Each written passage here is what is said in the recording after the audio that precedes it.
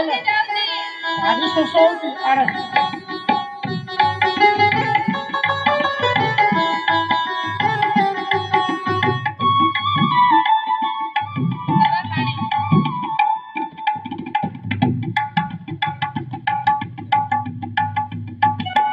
ମା ମୁଁ କେତେବେଳେ ଆସି ତୋତେ ଡାକୁଛି ତୁ କଣ କରୁଥିଲୁ କହିଲୁ ଘରେ କଣ କରୁଥିଲୁ? ଓହୋ ନଦୀକୁ ଯାଇଥିଲୁ? ଆଚ୍ଛା ମା ତୋ ବୋଉ ନାହିଁ ନା କଣ? ହଁ ସିଏ ଆଉ କଣ କି ଖାଲି ଗ୍ରୁପ ମିଟିଂ କରିକି ତା ଦିନ ଯିବ ଆଉ। ଏ ମା ତୋତେ ଗୋଟେ କଥା ମୁଁ ଭୁଲି ଯାଇଛି ଲୋ ମା। ତୋର ବେଗ ପତ୍ର ସବୁ ସାଇଜ କରୁଛୁ? କାହିଁକି ନା ତୋର ଏଇଠି ପାଠ ପଢା ସରିଗଲା ତତେ ତୋର ନେଇ ମୁଁ କୋଉଠି ଛାଡି ଜାଣିଛୁ ନା? ତତେ ନେଇ ମୁଁ ହଷ୍ଟେଲରେ ଛାଡିବି ମା। ତୁ ସେଇଠି ଭଲ ପାଠ ପଢିବୁ। ହଷ୍ଟେଲ ଏ ମା ଏ ତୋ ବୋଉ ଟିକେ ଡାକି ଦେଲୁ ଡାକେ ଡାକେ ଡାକେ ତୋ ବୋଉ ଡାକେ।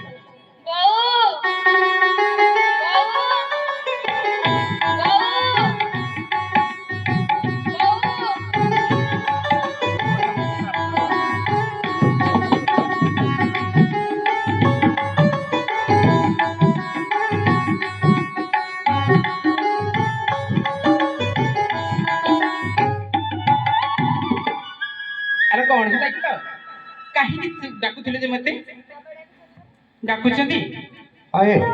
କେତେବେଳେ ଆସି ମତେ ମୁଁ ମୁଁ ଦେଖୁଛି ତମେ ଦି ଜଣ ଭାରି ଖୁସି ଅଛ ତ? ଆରେ ଖୁସି ହେବିନି? ହଁ କାହିଁ ଖୁସି ହେବିନି କହିଲ? କଣ ହେଇଛି? ତମେ ଜାଣିନ କି? ନା ନା ଆରେ ମୋ ଝିଅକୁ ପରା ମୁଁ ହଷ୍ଟେଲରେ ଛାଡିବି। ସତ କହୁଛ? ସିଏ ହଷ୍ଟେଲରେ ଯାଇ ପାଠ ପଢିବ ଆସନ୍ତି। ସିଏ ହଷ୍ଟେଲରେ ଯାଇ ପାଠ ପଢିବ। ମୋ ଝିଅ ପାଠ ପଢିବ ହଷ୍ଟେଲ ଯାଇ ପାଠ ପଢିବ ସତ କହୁଛି ଝିଅ? ହଁ ମା ହଷ୍ଟେଲରେ ପାଠ ପଢିଲେ ତୁ ଭଲ ମଣିଷଟିଏ ହେବ ବୁଝିପାରିଲୁ? ଆଚ୍ଛା ହଷ୍ଟେଲ ଯିବ ଯେ ଗାଡି ଆସିବାରେ ଲେଟ୍ ହେଇଗଲାଣି ବୁଝିପାରିଲୁ ନା? ଓହୋ ଗାଡି କାହିଁ ଲେଟ୍ ହବ ଆସନ୍ତି? ଆସନ୍ତି ଗାଡି ଭଡା କରିଛ କି? ନାଇଁ ମୋ ଝିଅ ହଷ୍ଟେଲକୁ ଯିବ ତା ପାଇଁ କିଛି ଖାଇବା ବ୍ୟବସ୍ଥା କରିଦିଅ। ଖାଇବା ବ୍ୟବସ୍ଥା ଆରେ ତମେ ନ କହିବା ପୂର୍ବରୁ ମୁଁ ତା ପାଇଁ କଣ କଣ ବନେଇଛି ଜାଣିଛ ନା?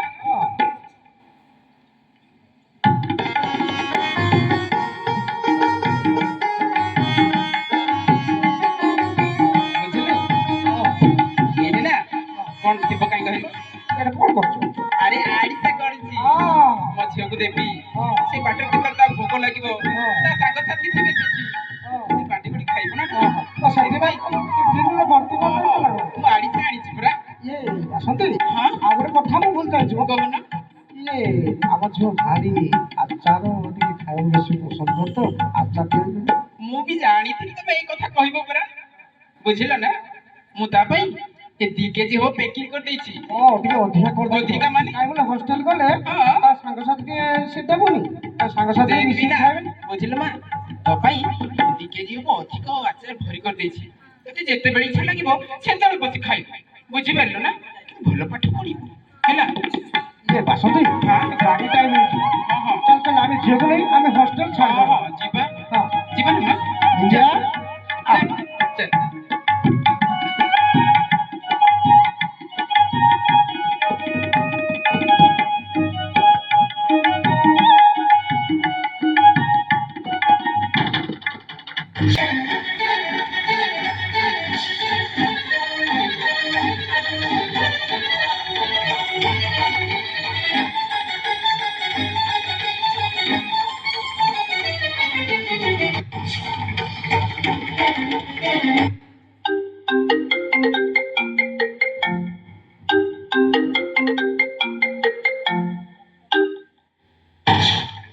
हेलो हाँ बालीगुड़ारू कृष्णा पाइग्रा को हाँ फांडी मिनिस्टर कहते ଆପଣ ଆପଣ କିଏ କହୁଥିଲେ? କଣ ହେଇଛି? ହଁ ହଁ ତମ କଥା ମୁଁ ବୁଝୁଛି। ହଁ ଲୋକେସନ ମୋ ପାଖକୁ ପଠାଅ। ମୁଁ ଟ୍ରାକିଂ କରି ତମ ପାଖକୁ ଆସୁଛି। ହଁ ବ୍ୟସ୍ତ ହୁଅନି ମୁଁ ସାଙ୍ଗେ ସାଙ୍ଗେ ଷ୍ଟାଫ୍ ନେଇ ପଳେଇ ଆସୁଛି। କଣ କହିଲ?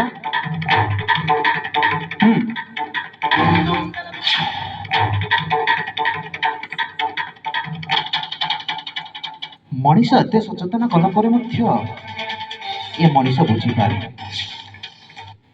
କେତେ ସରକାର କେତେ କାମ କରିଦେଲେଣି ଜନସଚେତନ କାର୍ଯ୍ୟକ୍ରମ ହଉଛି ହେଲେ କୋଉଠି ଦେଖ ବାଲ୍ୟ ବିବାହ କୋଉଠି ଦେଖ ଶିଶୁ ଶ୍ରମିକ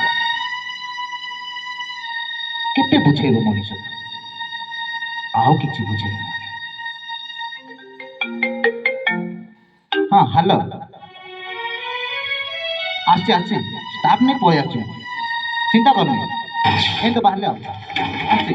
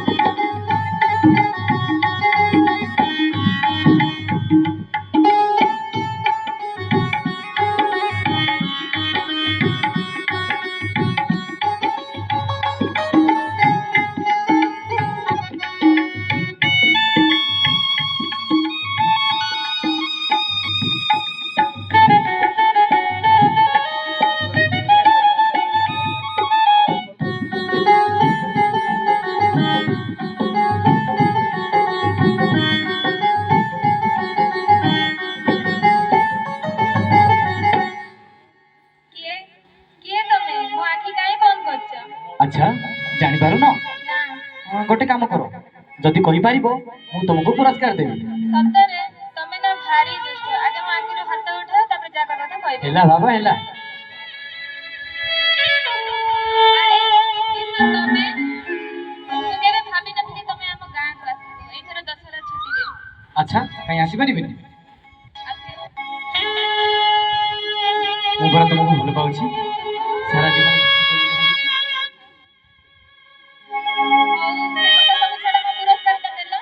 পুরস্কার কিন্তু গোটে সর্তরে আনিব তো ফার্স্ট আখি বন্ধ কর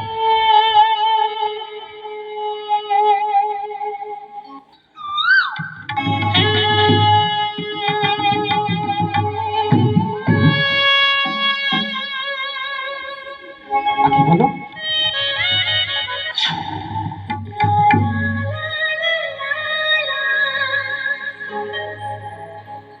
ଆରେ ଏ ତ ବହୁତ ସୁନ୍ଦର ହେଇଛି ଆମ ପାଦକୁ ବହୁତ ଭଲ ମାନିବ ଜାଣିକି ତ ଆଣିଛି ନା ଆଚ୍ଛା ଶୁଣ ମୁଁ ସିନା ଦଶହରାରେ ତମ ଗାଁକୁ ଆସିବି ତମେ ଧରଣୀ ପୂଜା ଯାତ୍ରା ହେଉଛି ଆମ ଗାଁ ଆସିବ ମିଶିକି ବୁଲିବା ତାପରେ ମିଶିକି ବୁଲିବା ଆଉ ଏନ୍ଜୟ କରିବାନି କରିବା ବହୁତ କରିବା ହଉ ଏଇ ନଈ କୂଳରେ ବସିକି ବହୁତ କଥା ହେଲାଣି କାଳେ କିଏ ଦେଖିଲେ କଣ କହିଦେବ ଘରେ ଡରୁଛ ମୁଁ ଘରେ ଅଛି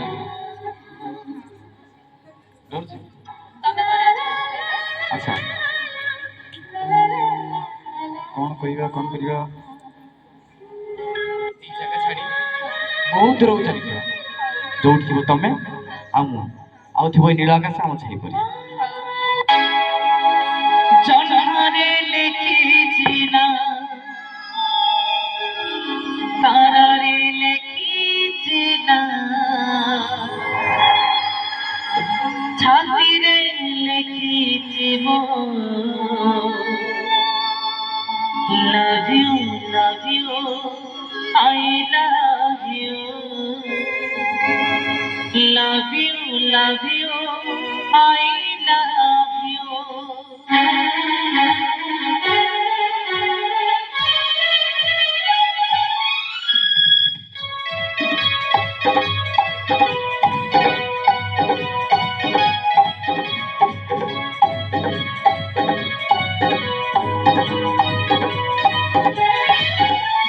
জহরে লেখিছি না তারারে লেখিছি না ছাতিরে লেখিছি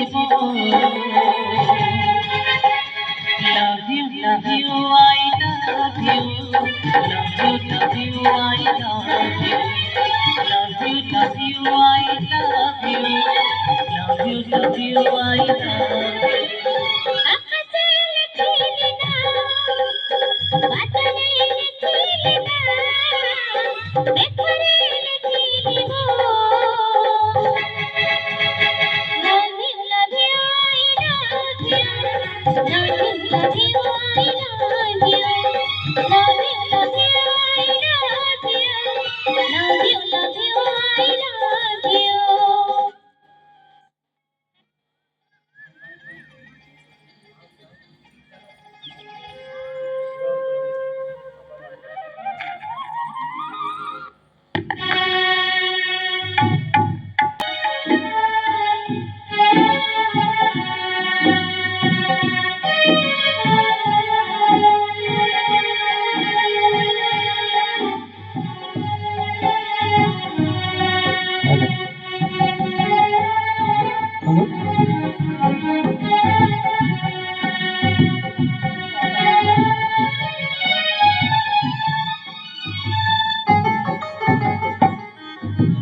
ବାସନ୍ତୀ ଏ ବାସନ୍ତୀ ବାସନ୍ତୀ ଆରେ କଣ ହେଇଛି ତମର କାଇଁ ମନ ଦୁଃଖ କରୁଛ କହିଲ ମନ ଦୁଃଖ ଲାଗିବନି?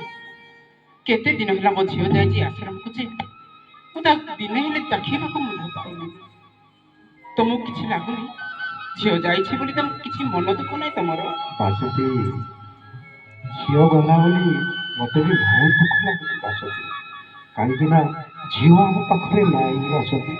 ତାକୁ ପରା ଆମେ ହଷ୍ଟେଲରେ ଛାଡ଼ି ଦେଇ ଆସିଛୁ। ମୁଁ ସେଇ କଥା ସେ କହୁଛି ତ। ଭଲ ପାଠ ପଢୁ ବୋଲି ଆମେ ହଷ୍ଟେଲରେ ଛାଡ଼ିଦେଲି ନା। ହଁ ଯେ ମୋ ମନ କେତେ ଘାଣ୍ଟେ ଗୋଳିଆ ହେଇଯାଉଛି। ଓ କିଛି ହବନି ବାସନ୍ତୀ। ସେଇଥିପାଇଁ ଗୋଟେ ଦିନ ଯାଇ ଦେଖି ଆସିବା ତାକୁ। ଚାଲୁନ ଆଜି ଯିବା। ହଉ ବାବା ଯିବା, ଯାଇକି ଝିଅକୁ ଟିକେ ଦେଖି ଆସିବା। ହଁ ହଁ କାହିଁକି ମୋର ବି ବହୁତ ମନେ ପଡୁଛି ଝିଅ କଥା। ଆମେ ଚାଲ ବାସନ୍ତୀ, ଆମେ ଟିକେ ଯାଇ ଝିଅକୁ ଦେଖି ପଳେଇ ଆସିବା। ହଁ ହଁ ଆସ ଦେଖିଯିବା। ଆସ ବାସନ୍ତୀ ଆସ।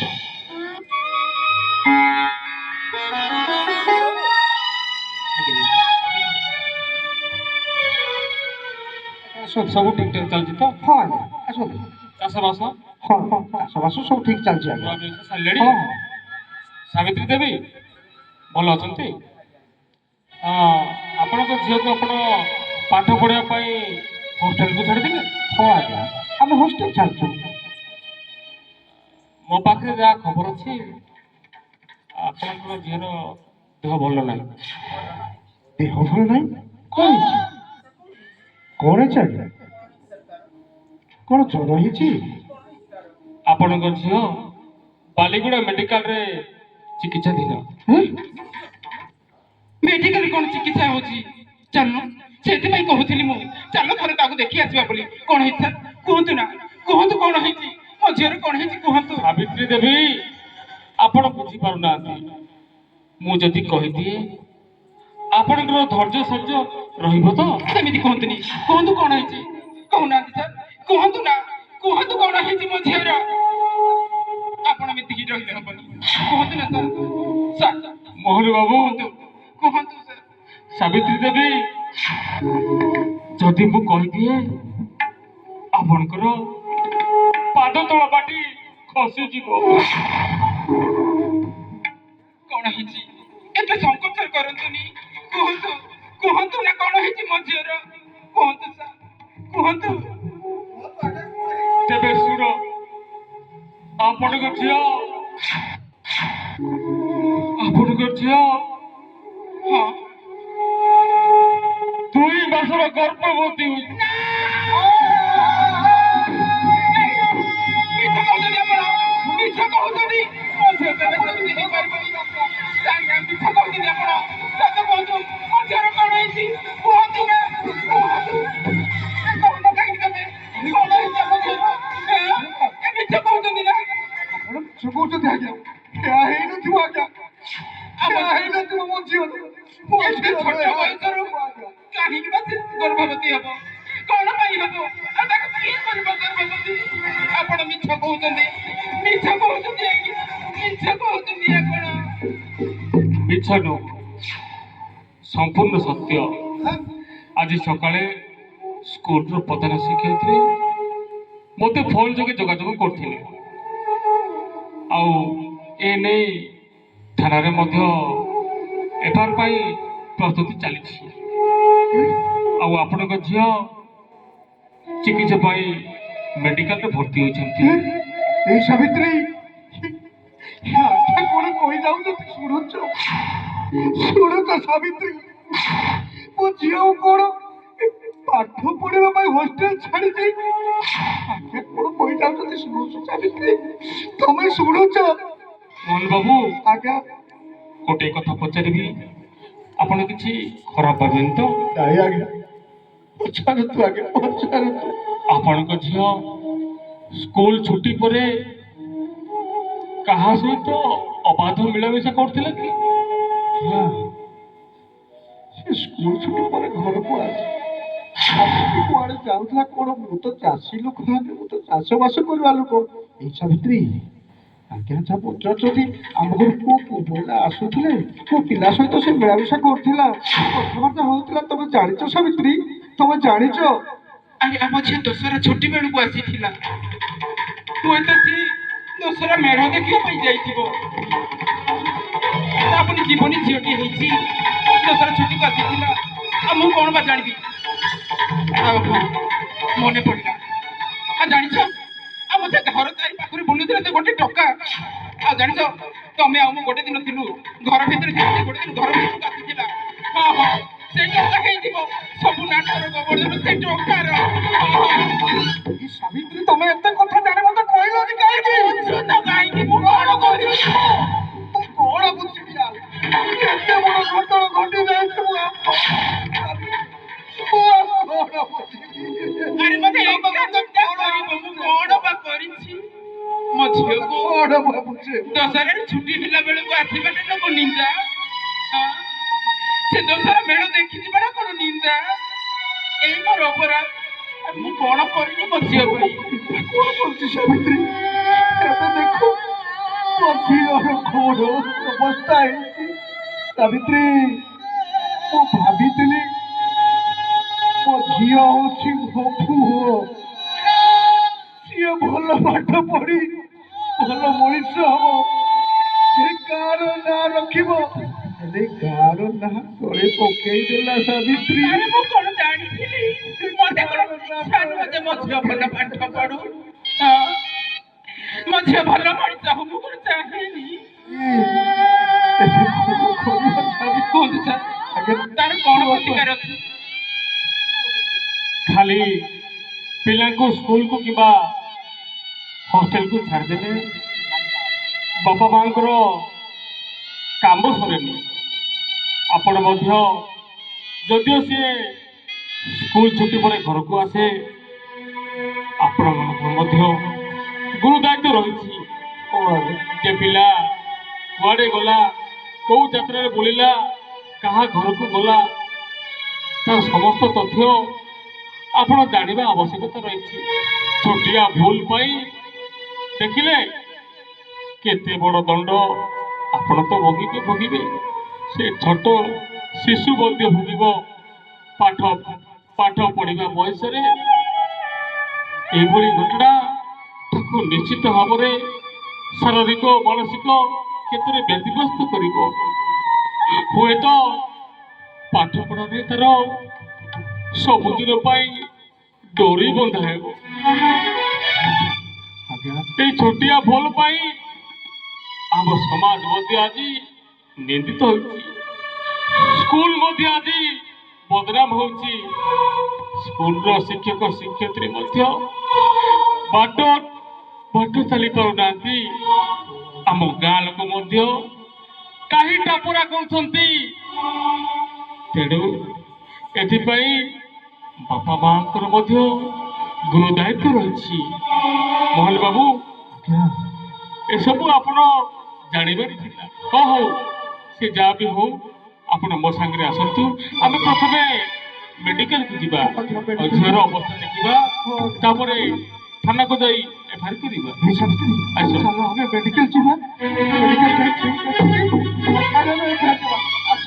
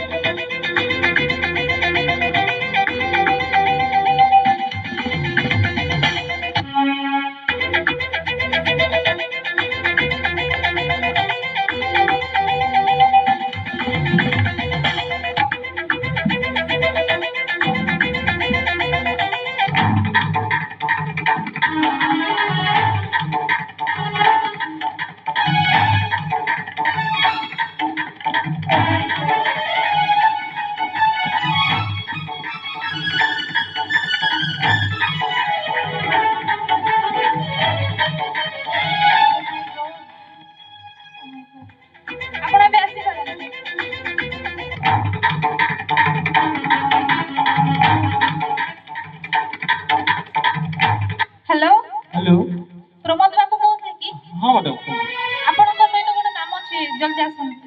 ହଁ ମ୍ୟାଡ଼ାମ୍ ଠିକ୍ ଅଛି।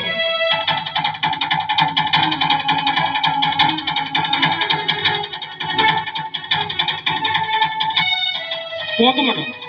ଏ ନିଅନ୍ତୁ ସେ ଝିଅର ରିପୋର୍ଟ। ଏଇଠି ହେଇଗଲା? ଆଜ୍ଞା। ଠିକ୍ ଅଛି।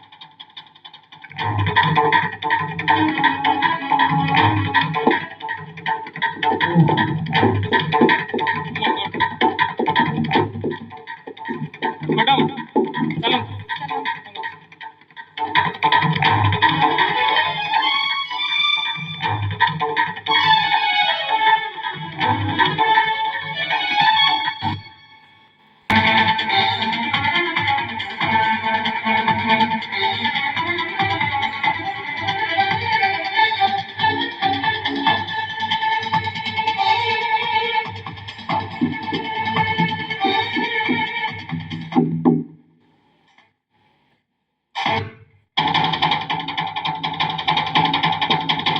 ବାଇକ୍ରେ ଆଇବୁ? ହଁ ଆସିଗଲେ? ହଁ ଏ ନିଅନ୍ତୁ ଏଫର୍ଟ। ତାଙ୍କର ବାପା ମା ମଧ୍ୟ ଆସୁଛନ୍ତି। ମନେ ବାବୁ ଠିକ୍ ଅଛି। ଭିତରକୁ ଆସ।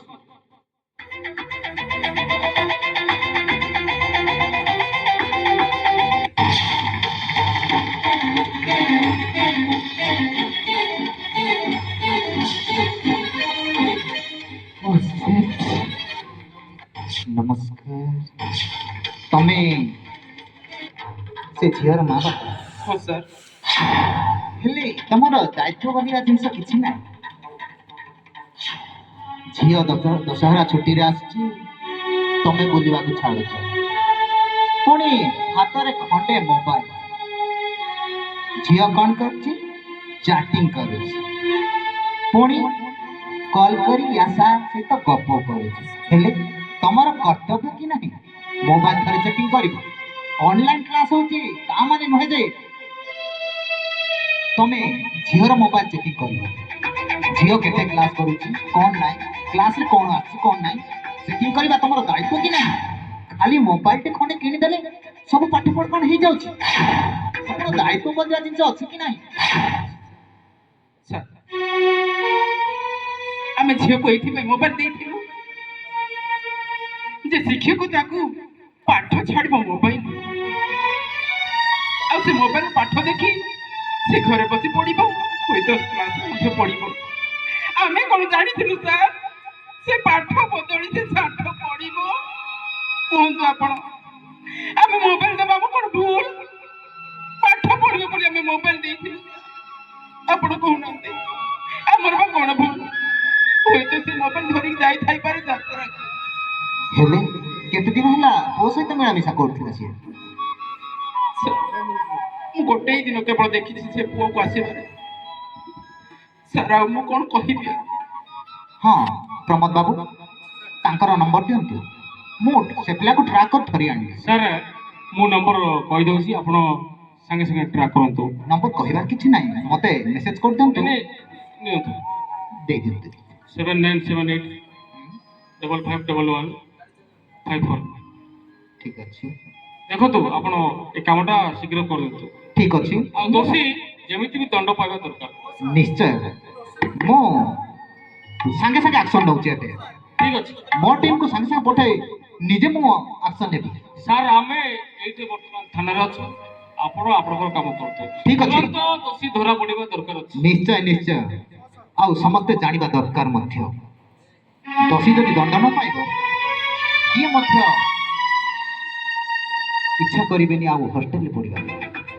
ଯାଆନ୍ତୁ ସାର୍, ଆମେ ବର୍ତ୍ତମାନ ଥାନାରେ ଅପେକ୍ଷା କରୁଛୁ, ଆପଣ ଦୋଷୀକୁ ନେଇ ଆସନ୍ତୁ। ନିଶ୍ଚୟ ନିଶ୍ଚୟ ନିଶ୍ଚୟ, ମୁଁ ଆସିଛି ତାହେଲେ।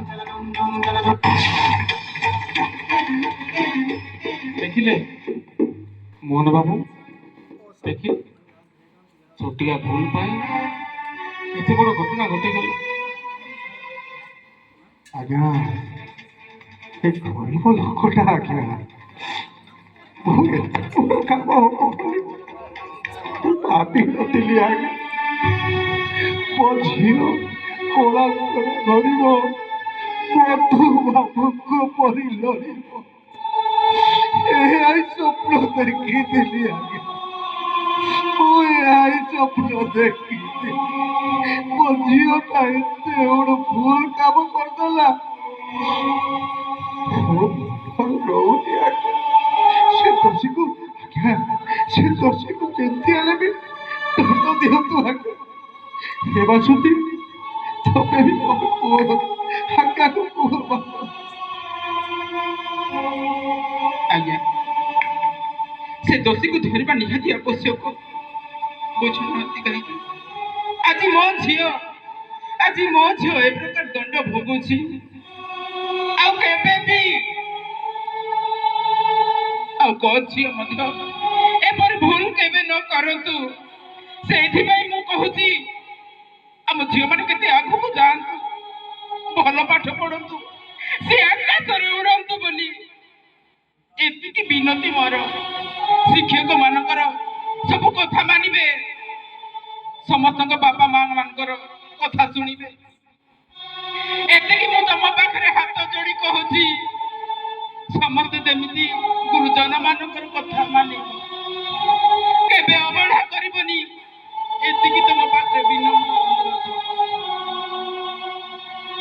ଦେଖିଲେ ତ ଦର୍ଶକ ବନ୍ଧୁ, ଦେଖିଲେ ତ ହେ ମୋର ଭଉଣୀ ମାନେ, ଦେଖିଲେ ତ ଏ ନାଟକ ମାଧ୍ୟମରେ ଆପଣ ମାନେ ନିଶ୍ଚିତ ଭାବରେ ବୁଝିପାରୁଥିବେ ଯେ କିଭଳି ଭାବରେ ଛୋଟିଆ ଭୁଲ ପାଇଁ ଗୋଟିଏ ପରିବାର ଆଜି ସର୍ବଶାନ୍ତ ହେବାକୁ ବସୁଛି। ଆପଣମାନେ ପାଠ ପଢିବା ବୟସରେ ପାଠ ପଢନ୍ତୁ, ପାଠ ପଢିବା ବୟସରେ, ଖେଳକୁଦ ବୟସରେ ଆପଣ ପାଠ ସାଠ ପଢି ଗାଁର ନାଁ ରଖନ୍ତୁ, ଏ ସ୍କୁଲର ନାଁ ରଖନ୍ତୁ, ଏ ଦେଶର ନାଁ ରଖନ୍ତୁ, ଏ ଜାତିର ନାଁ ରଖନ୍ତୁ, ଆଉ ସମଗ୍ର ଭାରତ ବର୍ଷର ନାଁ ରଖନ୍ତୁ। ଆରେ ନାରୀ କେବେ ଅବଳା ଦୁର୍ବଳା ନୁହଁ, ନାରୀ କେବେ ଅବଳା ଦୁର୍ବଳା ନୁହଁ, ନାରୀ ପରା ଦୁର୍ଗା। ତେଣୁ ଆପଣ ମାନେ ଦୁର୍ଗା ରୂପ ଧାରଣ କରନ୍ତୁ। ଯଦିଓ ଆପଣଙ୍କୁ କିଏ କୌଣସି ସ୍ଥାନରେ ଯଦି ଅସଭ୍ୟ ଆଚରଣ କରନ୍ତି, ଅସଭ୍ୟ ବ୍ୟବହାର କରନ୍ତି, ଅଶ୍ଳୀଳ ଇଙ୍ଗିତ କରନ୍ତି, ତାହେଲେ ଆପଣମାନେ କଣ କରିବେ କହିପାରିବେ? ଯଦି ଆପଣଙ୍କୁ କିଏ ରାସ୍ତାରେ, ବାଟରେ, ଘାଟରେ, ଯାତ୍ରାରେ ଯଦି ତମକୁ ଖରାପ ବ୍ୟବହାର କରେ କହିପାରିବେ? ଆପଣମାନେ ପ୍ରଥମେ କଣ କରିବେ? ବଡ ପାଟିରେ କୁହନ୍ତୁ ସମସ୍ତେ, କଣ କରିବେ? ଟୋଲ ଫ୍ରି ନମ୍ବର କେତେ? ପୋଲିସକୁ ଖବର ଦେବେ। ତାପରେ କଣ କରିବେ କୁହନ୍ତୁ? ଦଣ୍ଡମୁକ୍ତ ଟୋଲ ଫ୍ରି ନମ୍ବର ଅଛି, ସେଥିରେ ଡାଏଲ କରିବେ। ହେଲେ ବାପା ମାଙ୍କୁ କହିବେନି। ଯଦି ଆପଣଙ୍କୁ କିଏ ରାସ୍ତାରେ, ବାଟରେ, ଘାଟରେ ଖରାପ ବ୍ୟବହାର କରେ, ନିଶ୍ଚିତ ଭାବରେ ଆପଣ ମାନେ ନିଜର ବାପା ମାଙ୍କୁ କୁହନ୍ତୁ, ସଂକୋଚ କରନ୍ତୁ ନାହିଁ, ମନ ଭିତରେ ସଂକୋଚ କିମ୍ବା ଲଜ୍ଜିତ ହୁଅନ୍ତୁ ନାହିଁ। ଏ ଛୋଟିଆ ଭୁଲ ଆପଣମାନଙ୍କ ଜୀବନକୁ ନଷ୍ଟ କରିଦେଇପାରେ। ଆପଣ ତିଳ ତିଳ ହେଇ ଜଳିଯିବେ। ତେଣୁ ନିବେଦନ, ଆପଣ ମାନେ ଜଳିବା ପୂର୍ବରୁ ଶକ୍ତି ସ୍ୱରୂପିଣୀ ଦୁର୍ଗା ହୁଅନ୍ତୁ, ଆଉ ଦୁର୍ଗା ହୋଇ ଏ ସମାଜରେ ପାଶବିକ ଅତ୍ୟାଚାରକୁ ଦମନ କରନ୍ତୁ।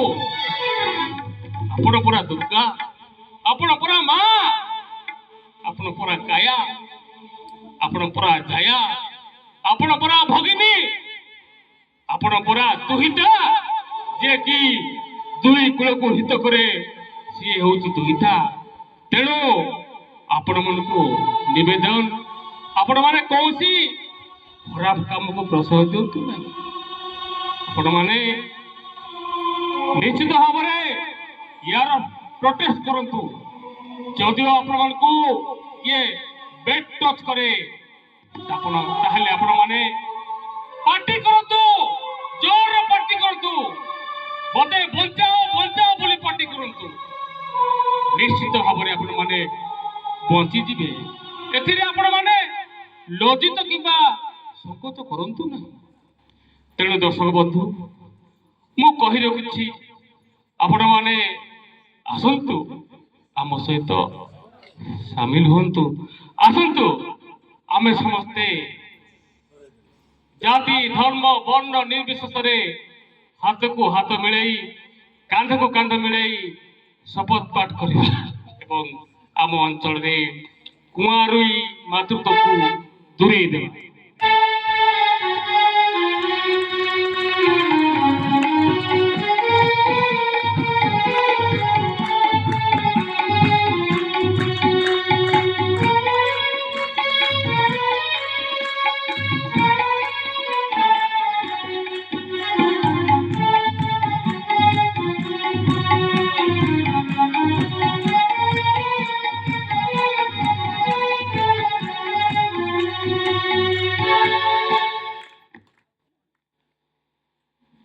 ନାଟକଟି ଦେଖିଲା ପରେ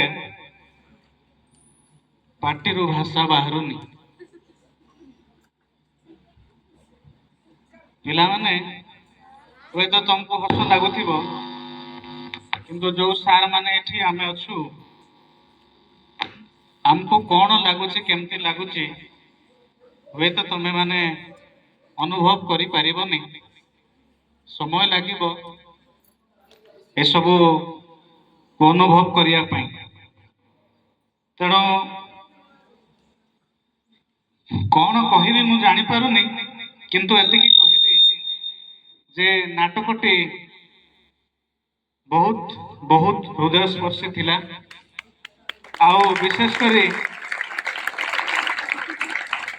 ବାପା ମା ସମସ୍ତଙ୍କର ଅଭିନୟ, ସମସ୍ତଙ୍କର ଯୋଉ ମେସେଜ, ତାର ମୂଲ୍ୟ ଦିଆଯାଇ ପାରିବ ନାହିଁ। ହେଲେ ମଧ୍ୟ ବିଶେଷ କରି ଆଜିର ନାଟକର ଯୋଉ ଦୁଇ ମୁଖ୍ୟ ଅଭିନୟ ବା କଳାକାର ଥିଲେ ବାପା ମା, ତାଙ୍କର ଅଭିନୟରେ ତାଙ୍କର ଅଭିନୟଟି ଆମ ସମସ୍ତଙ୍କୁ ହୃଦୟସ୍ପର୍ଶୀ କରିଦେଇଛି, ମର୍ମାହତ କରିଦେଇଛି। ଆଉ ତେଣୁ ଆମେ ଗୋଟେ ଛୋଟ ଭାରତୀୟ ମୁଦ୍ରା ବାପା ମାକୁ ଆମେ ଦେବା ପାଇଁ ଚାହୁଁଛୁ। ତେଣୁ ଦୟାକରି ଆସନ୍ତୁ ପିଲାମାନେ, ଆମେ ତାଳି ମାରି, ଜୋରଦାର ତାଳି ମାରି ତାଙ୍କୁ ଆମେ ଉତ୍ସାହିତ କରିବା। ବହୁତ ବହୁତ ଧନ୍ୟବାଦ। ଧନ୍ୟବାଦ ସାର୍। ଆପଣମାନେ ବହୁତ ସମୟ ଧରି ଆମର এই କାର୍ଯ୍ୟକ୍ରମକୁ ଦେଖିଲେ ଏବଂ ଆମ କଳାକାରମାନଙ୍କୁ ମଧ୍ୟ ଉତ୍ସାହିତ କଲେ।